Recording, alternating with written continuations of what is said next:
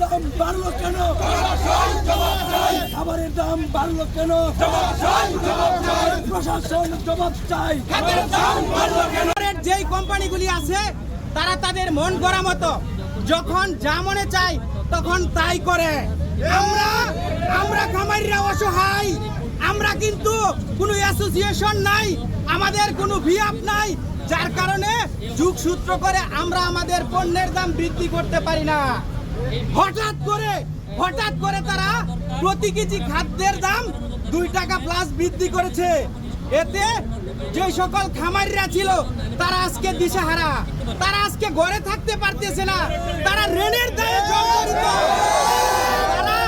তারা খামারে থাকার কথা, আজকে তারা রাজপথে চলে এসেছে আন্দোলন করার জন্য।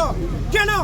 এদেশের খামারিরা কি এই পোল্ট্রি সেক্টরের এবং কি দেশের উন্নয়নের সাথে যোগসূত্র তাদের নাই? কিন্তু সরকার আমাদের দিকে কোনো কর্ণপাত করে না।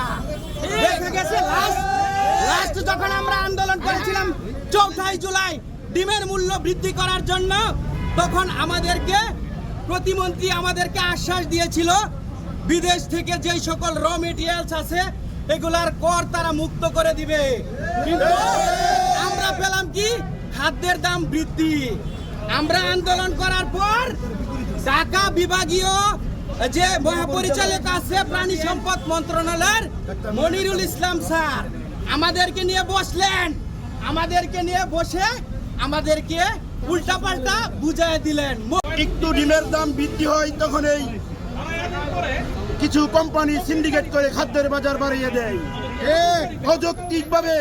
কিছুদিন আগে প্রতিমন্ত্রী ঘোষণা দিয়েছে প্রাণী সম্পদ মন্ত্রণালয় থেকে সব কিছুর দাম বিদেশ থেকে আমদানিকৃত যত পোল্ট্রি শিল্পের কাঁচামাল আছে তা শুল্ক মুক্ত করবে। যেখানে খাদ্যের দাম 50 টাকা 100 টাকা কমাবে, সেখানে অযৌক্তিকভাবে খাদ্যের দাম 100 টাকা বাড়ানো হয়েছে। আমরা মানতে পারি না।